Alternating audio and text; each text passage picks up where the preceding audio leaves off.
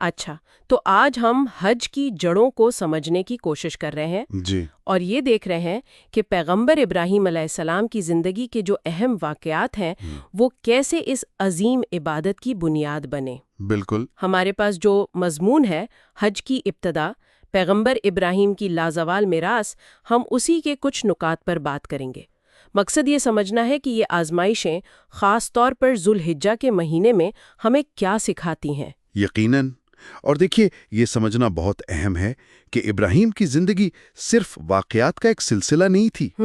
یہ ہر قدم پر اللہ پر ان کے غیر متزلزل ایمان، ان کی سپردگی کا ایک امتحان تھا۔ صحیح۔ اور اسی وجہ سے تو انہیں خلیل اللہ یعنی اللہ کا دوست کہا گیا۔ یہ کوئی معمولی لقب نہیں ہے۔ بالکل نہیں۔ تو آغاز کرتے ہیں بابل سے۔ وہاں وہ پیدا ہوئے، ایک ایسے معاشرے میں جہاں بت پرستی وہ تو بہت عام تھی۔ جی ہاں۔ یہاں تک کہ ان کے والد آزر وہ خود بت بناتے تھے۔ جی، بت تراش تھے۔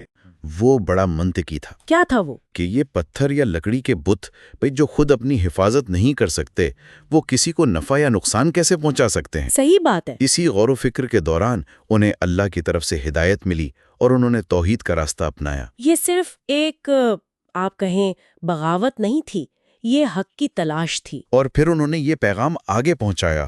پہلے اپنے والد کو دعوت دی، جی، پھر اپنی قوم کو، لیکن جب انکار دیکھا تو انہوں نے ایک بہت جرأت مندانہ قدم اٹھایا۔ بتوں کو توڑنے کا۔ جی، بتوں کو توڑنے کا۔ یہ صرف توڑ پھوڑ نہیں تھی، اس میں گہرا پیغام چھپا تھا۔ بالکل۔ وہ تہوار کا دن تھا، سب لوگ شہر سے باہر گئے، انہوں نے ہیکل میں جا کر بڑے بت کو چھوڑا اور باقی سب توڑ دیے۔ اور جب قوم واپس آئی اور پوچھا کہ یہ کس نے کیا، تو جواب کیا خوب تھا، کہا اس بڑے والے سے پوچھو اگر یہ بول سکتے ہیں۔ یہ ایک طرح سے ان کی عقل پر دستک تھی، ان کو جھنجھوڑنا تھا کہ سوچو۔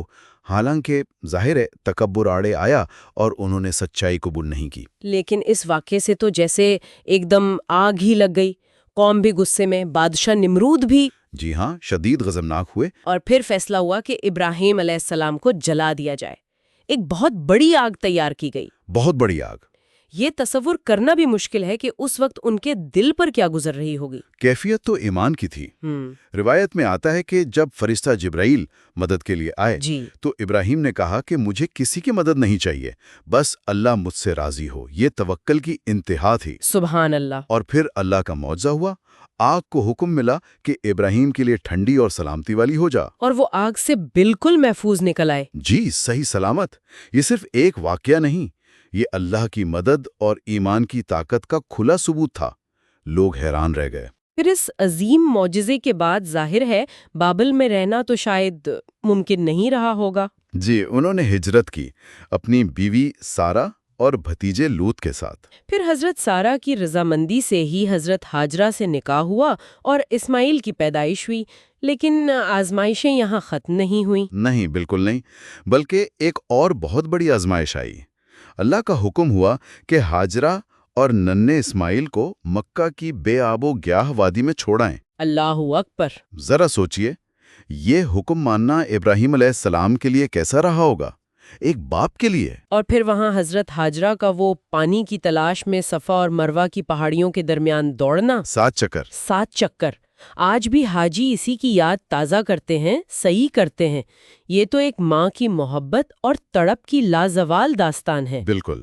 اور اسی تڑپ کے نتیجے میں اللہ کی رحمت سے جبرائیل کے ذریعے زمزم کا چشمہ جاری ہوا۔ جی ہاں، زمزم۔ یہ پانی صرف پیاس بجھانے کا ذریعہ نہیں بنا، بلکہ اسی کی برکت سے وہاں قافلے رکنے لگے، آبادی شروع ہوئی اور مکہ شہر وجود میں آیا۔ یعنی ایک امتحان نے ایک تہذیب کی بنیاد رکھ دی۔ یوں سمجھیں۔ بالکل۔ اور پھر سالوں بعد جب اسماعیل جوان ہو گئے، ایک اور دل دہلا دینے والا امتحان۔ جی، خواب میں بیٹے کی قربانی کا حکم۔ یہ بات مجھے ہمیشہ بہت متاثر کرتی ہے کہ باپ اور بیٹے دونوں نے کس طرح اللہ کے حکم کے سامنے سر جھکا دیا۔